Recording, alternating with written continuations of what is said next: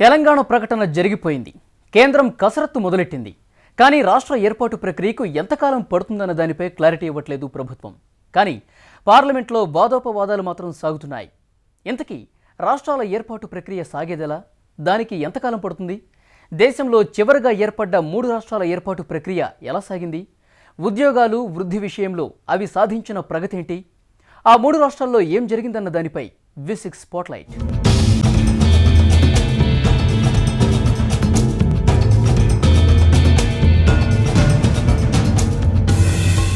దేశంలో చిట్టచివరిగా ఏర్పడ్డ 3 రాష్ట్రాలు 2 ఏళ్లలో ఏర్పాటయ్యాయి. అవే జార్ఖండ్, ఉత్తరాఖండ్, ఛత్తీస్గఢ్. బీజేపీ ప్రభుత్వం ఈ 3 రాష్ట్రాలని వేగంగా పూర్తి చేసింది. సమస్యలు తలెత్తకుండా విడదీసి చూపించింది.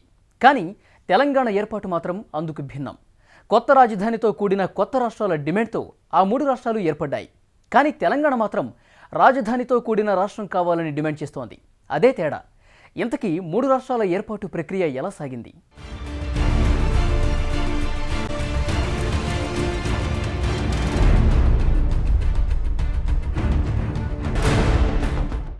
దేశంలో చివరి రాష్ట్రంగా 2000 నవంబర్ 15న ఏర్పాటైంది జార్ఖండ్. ఉత్తరప్రదేశ్, బీహార్, మధ్యప్రదేశ్ల నుంచి గిరిజన ప్రాంతాలను వేరుచేసి దీన్ని ఏర్పాటు చేశారు. రాజధాని రాంచీ.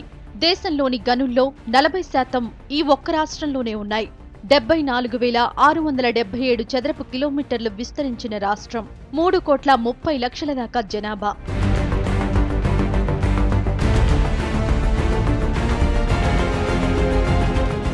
అంతులేని సహజ వనరులతో అభివృద్ధి పరంగా అన్ని అవకాశాలున్న జార్ఖండ్ను రాజకీయ అనిశ్చితి తినేస్తోంది. నిజానికి జార్ఖండ్ రాష్ట్ర ఏర్పాటు స్వతంత్రం వచ్చిన తొలి రోజుల నుంచే మొదలైంది. కాకపోతే ఏర్పాటు ప్రక్రియే ఆలస్యమైంది. 1988లో ఎంపీ జ్ఞాన్ రాజన్ కమిటీ వేసింది కేంద్ర ప్రభుత్వం. ఆ రిపోర్ట్ను స్టడీ చేసిన నాటి హోంమంత్రి బూటా సింగ్ స్టేట్ పరిస్థితిని వివరిస్తూ జార్ఖండ్ రాష్ట్ర ఏర్పాటుపై రిపోర్ట్ ఇచ్చారు. గ్రేటర్ జార్ఖండ్ పేరుతో రాష్ట్రాన్ని ఏర్పాటు చేయాలని ప్రతిపాదించారు. ఆ తర్వాత ఎన్డీఏ హయాంలో 2000 సంవత్సరం నవంబర్ 15న జార్ఖండ్ను కొత్త రాష్ట్రంగా ప్రకటించింది.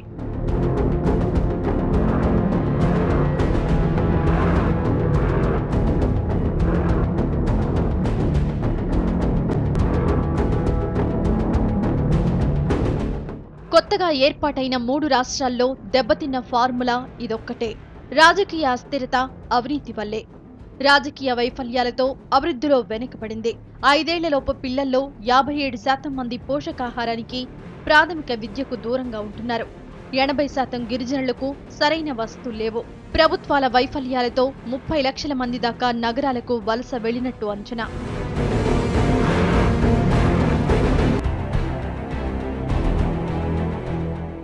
ఉత్తరాఖండ్ 2000 నవంబర్ 9న మరో 3 రాష్ట్రాలతో పాటు ఏర్పాటైంది. ఉత్తరప్రదేశ్ నుంచి విడదీసిన 13 జిల్లాలతో ఈ రాష్ట్రం ఏర్పాటైంది. రాజధాని డెహ్రాడూన్. 51,000 చదరపు కిలోమీటర్లు విస్తరించిన ఉత్తరాఖండ్ జనాభా ఈ మధ్యే 1 కోటి దాటింది. అనేక పవిత్ర ఆలయాలతో దేవతల నేలగా పేరున్న ఉత్తరాఖండ్ టూరిజమే ప్రధాన ఆదాయ వనరుగా పనిచేస్తోంది. రాష్ట్రానికే కాదు, పర్యాటకంలోనూ దీనికి రాజధాని డెహ్రాడూన్ ముందుంది. రాష్ట్రం ఏర్పడక ముందు నుంచే ప్రత్యేక గుర్తింపు ఉన్న ఈ నగరం ఉత్తరాఖండ్ భవిష్యత్తుకు దిశానిర్దేశం చేస్తోంది.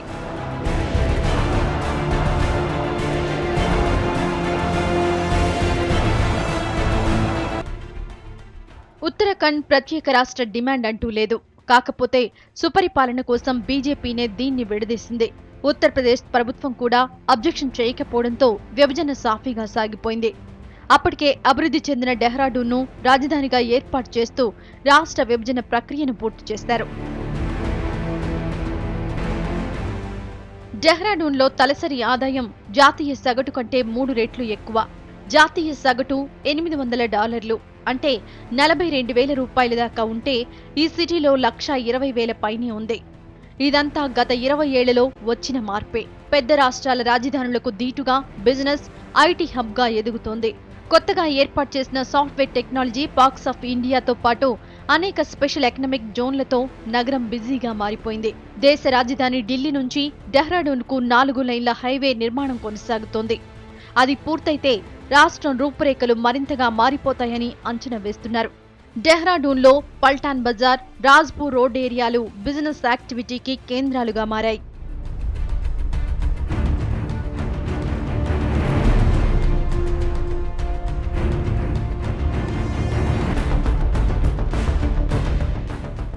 చివరిగా ఏర్పాటైన 3 రాష్ట్రాల్లో ఛత్తీస్గఢ్ మరోటి.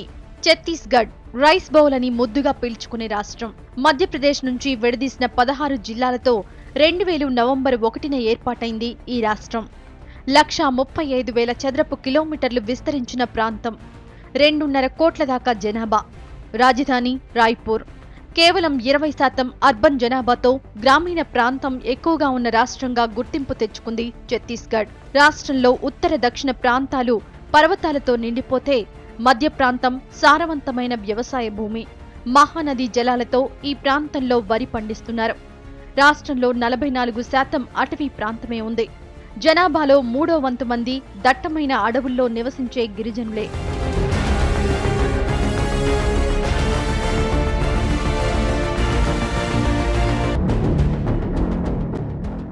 ఛత్తీస్గఢ్ రాష్ట్ర డిమాండ్ 1920 నుంచే ఉంది.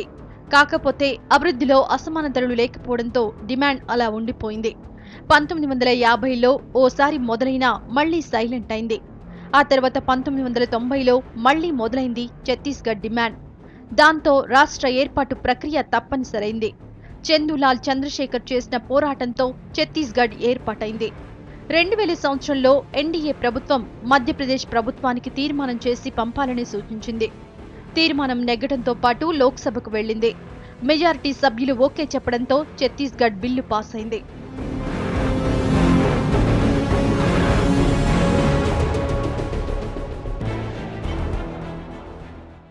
ఛత్తీస్గఢ్ రాజధానిగా రాయ్పూర్ బాగా అభివృద్ధి చెందింది. దానికి దగ్గరలోనే నయా రాయ్పూర్ రూపుదిద్దుకుంది. మధ్యప్రదేశ్లో కలిసి ఉన్నప్పుడు ఇండోర్ తర్వాత పెద్ద కమర్షియల్ సెంటర్గా ఉండేది రాయ్పూర్. ఇప్పుడు ఛత్తీస్గఢ్కు ఇది గుండెగా మారింది. దీంతో దీని సంప్రదాయ రూపం మారిపోయింది. రాయ్పూర్ దేశంలోనే స్టీల్ మార్కెట్కు అతిపెద్ద సెంటర్గా మారింది. 200 steel rolling mills, 195 sponge iron ప్లాంట్లు, 6 స్టీల్ ప్లాంట్లు, 500 ఆగ్రో ఇండస్ట్రీలు, 35 ఫెర్రో అల్లై ప్లాంట్లతో ఎటు చూసినా పరిశ్రమలతో నిండిపోయింది.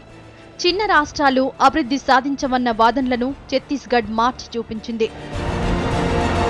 రాష్ట్ర విభజన ప్రకటన ఉద్యోగుల్లో గుబులు రేపుతోంది. రాష్ట్రాల పునర్నిర్మాణానికి సంబంధించి ఖచ్చితమైన గైడ్లైన్స్ ఉన్నాయి.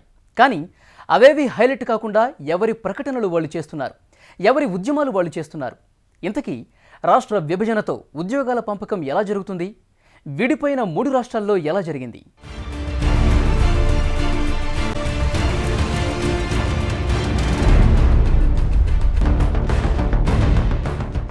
నిజానికి రాష్ట్ర విభజన టైంలో ఉద్యోగులను ఒక రాష్ట్రం నుంచి మరో రాష్ట్రానికి ఇష్టానుసారంగా ట్రాన్స్ఫర్ చేయడానికి వీల్లేదు.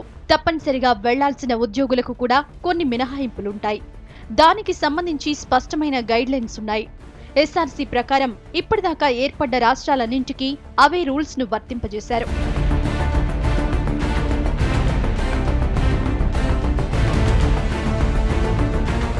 రాష్ట్ర విభజన టైంలో ఏ రాష్ట్రంలో ఎంతమంది ఉద్యోగులుండాలో కేంద్ర ప్రభుత్వంలోని సలహా సంఘం నిర్ధారిస్తుంది. ఉన్న పోస్టుల కంటే ఎక్కువ సంఖ్యలో ఉద్యోగులుంటే వాళ్ళంతా కొత్త రాష్ట్రానికి వెళ్లాల్సి ఉంటుంది. అలా వెళ్లేందుకు ఇష్టపడని ఉద్యోగులకు సైతం సలహా సంఘమే కొన్ని ప్రాతిపదికల ఆధారంగా పంపిస్తుంది.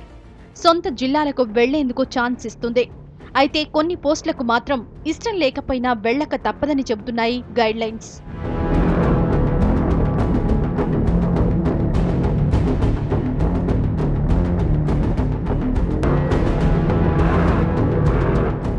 నిజానికి విభజన జరిగిన వెంటనే ఉద్యోగులంతా వెళ్లాల్సిన అవసరం లేదు. సలహా సంఘం ఇచ్చే మినహాయింపుల ఆధారంగానే కొత్త రాష్ట్రాలకు పంపుతారు.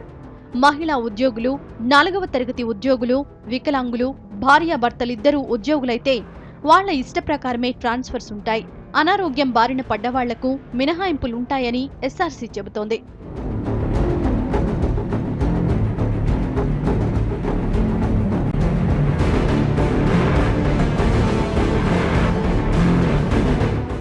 మధ్యప్రదేశ్ నుంచి ఛత్తీస్గఢ్ విడిపోయినప్పుడు 1,60,000 మంది ఉద్యోగులు మధ్యప్రదేశ్లో ఉన్నారు. ఛత్తీస్గఢ్ విభజన తరువాత 1,867 మంది ట్రాన్స్ఫర్ని ఇష్టపడక కోర్టుకెళ్లారు. దాంతో కోర్టు మరికొన్ని గైడ్లైన్స్ ఇచ్చింది. మహిళలు, వికలాంగులు, భార్యాభర్తలు కోరుకున్న చోటే ఉండొచ్చన్న guidelines అప్పుడొచ్చినవే.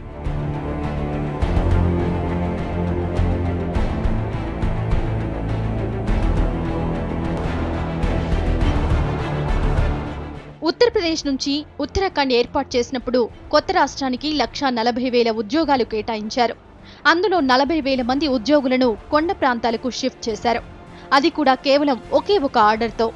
2001లో retired IAS GN Mishra ఆధ్వర్యంలో ఏర్పాటు చేసిన కమిటీ కొన్ని సూచనలు చేసింది. వాటిని ఇంప్లిమెంట్ చేయడంతో ఉద్యోగుల నుంచి ఎలాంటి ఆందోళనలు రాలేదు.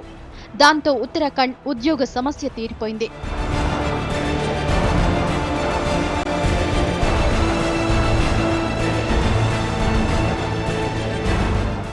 ఇక బీహార్లో బైఫరికేషన్ టైంలో కొంతమంది ఉద్యోగులు మాత్రమే అబ్జెక్షన్ చేశారు.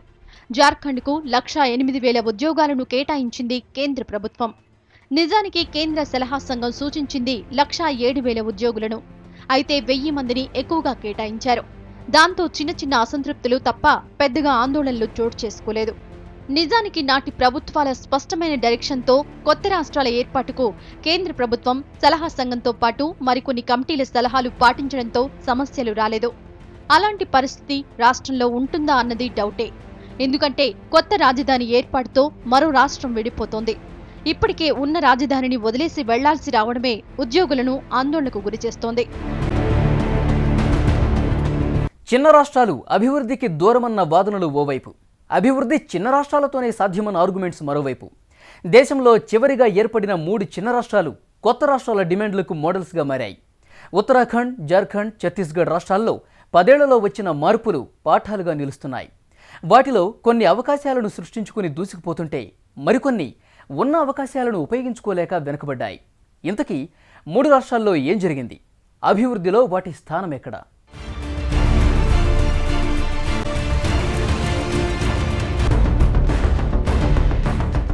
ఇండియాలో 28 రాష్ట్రాలున్నాయి.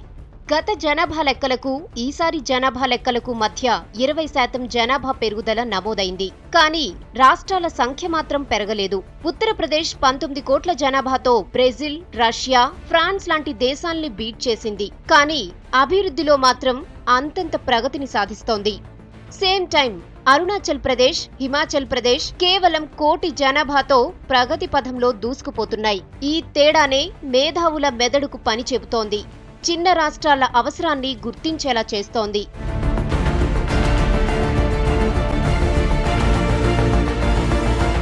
దేశ ప్రగతి సంగతి పక్కన పెడితే మిలీనియం సెంచరీలో ఏర్పడిన 3 కొత్త రాష్ట్రాల వృద్ధి సూచిని ఫోకస్ చేస్తున్నాయి. ఇందులో ఉత్తరాఖండ్ 9.31% వృద్ధి రేటు సాధించింది. దేశ ఆర్థిక వృద్ధి సూచి 7% దాటేందుకే ఆపసోపాలు పడుతుంటే ఉత్తరాఖండ్ మాత్రం ప్రగతి పథంలో దూసుకెళ్తోంది. మొన్నటి వరదలతో ఆ రాష్ట్రాన్ని తిరిగి చూసుకునేలా చేశాయి తప్ప అభివృద్ధిలో దూసుకుపోతోంది ఉత్తరాఖండ్.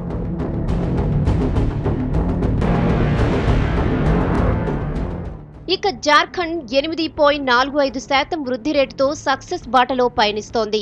రాజకీయ అస్థిరత ఆ రాష్ట్రాన్ని వెనకంజు వేయిస్తున్నా అంతులేని అవకాశాలు ఆ రాష్ట్ర ప్రజలకు వరంగా మారాయి. ఇక ఛత్తీస్గఢ్ 7.35% వృద్ధి రేటుతో ప్రగతి పథంలో ముందడుగు వేస్తోంది. ఉత్తరాది రాష్ట్రాల్లోనే కాదు, భారతదేశంలోని చాలా రాష్ట్రాలు ఈ స్థాయి వృద్ధి రేటు కోసం ఎంతో కష్టపడుతున్నాయి.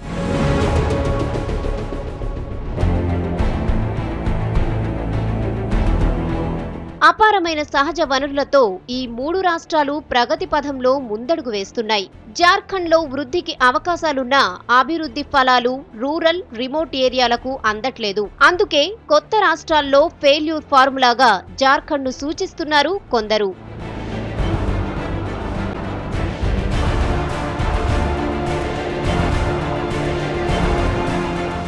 రాష్ట్రంగా ఏర్పడ్డాక ఉత్తరాఖండ్లో అక్షరాస్యత వేగంగా పెరిగింది. గత 5 ఏళ్లలో అనూహ్యంగా పెరిగిన లిటరసీ రేట్ 79% దాటింది. 10 ఏళ్ల క్రిందట అక్షరాస్యత శాతం 71.62% మాత్రమే. ఇందులో పురుషులు, మహిళల అక్షరాస్యత శాతం ఒకే స్థాయిలో పెరగడం విశేషం. ఇదే సమయంలో ఉత్తరాఖండ్లో జనాభా పెరుగుదల రేటు తగ్గింది. 1991 నుంచి 2001 దశాబ్దంలో జనాభా వృద్ధి రేటు 19.20 ఉంటే 2001 నుంచి 2011 మధ్య కాలంలో ఇది 19.17% తగ్గింది. ఆర్థికాభివృద్ధి, అక్షరాస్యత పెరగడం ఈ మార్పుకు కారణాలు. పట్టణ ప్రాంతాల్లో నివసించే జనాభా గత 10 ఏళ్లలో భారీగా 41.86% పెరిగింది. దాంతోపాటు మౌలిక వసతుల కల్పనలోనూ ఉత్తరాఖండ్ ఆదర్శంగా నిలుస్తోంది.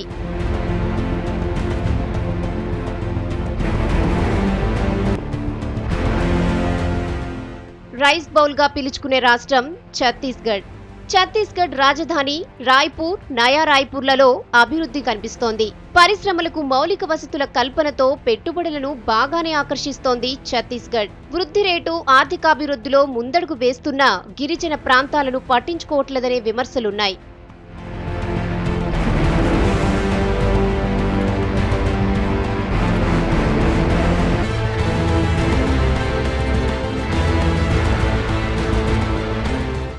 విభజన ప్రకటనతో ఇప్పుడు పోలికలన్నీ కొత్త రాష్ట్రాల చుట్టే తిరుగుతున్నాయి.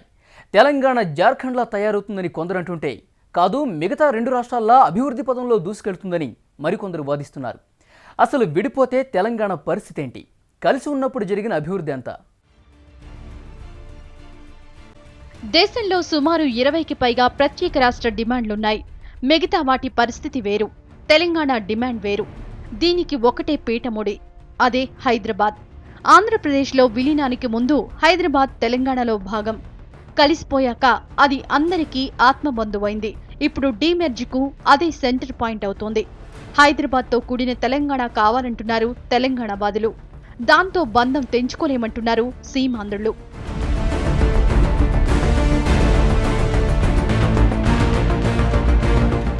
మిగతా రాష్ట్రాల్లో కొత్త రాష్ట్రాల డిమాండ్లున్నా అవన్నీ కొత్త రాజధానిని ఏర్పాటు చేసుకోవాల్సిన అవసరం ఉంది. కానీ తెలంగాణ పరిస్థితి వేరు. ఆల్రెడీ రాజధాని రెడీగా ఉంది. సీమాంధ్రకు కొత్త రాజధాని ఏర్పాటయ్యేదాకా ఉమ్మడి రాజధానిగా హైదరాబాద్ ఉంటుందని కేంద్రం చెబుతోంది. కానీ రాజ్యాంగంలో ఎక్కడా ఉమ్మడి రాజధాని ప్రస్తావనే లేదు. దాంతో సమస్య మళ్లీ మొదటికొచ్చింది.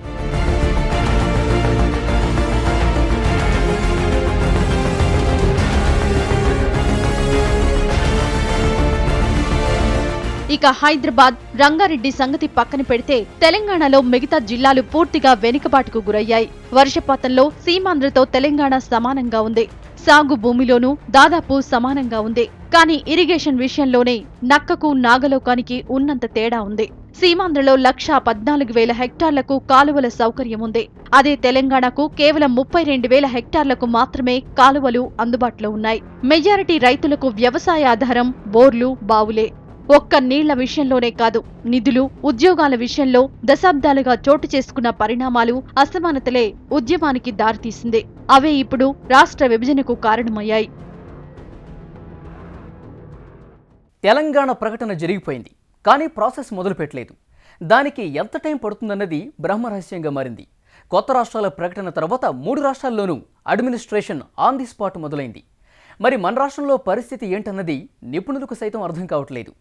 దీనిపై కేంద్రానికైనా క్లారిటీ ఉందా లేదా అన్నది తేలాలంటే మరికొన్నాళ్ళు ఆగాల్సిందే. ఇది V6 spotlight. Stay tuned. V6 ప్రతి దృశ్యం ప్రజల పక్షం.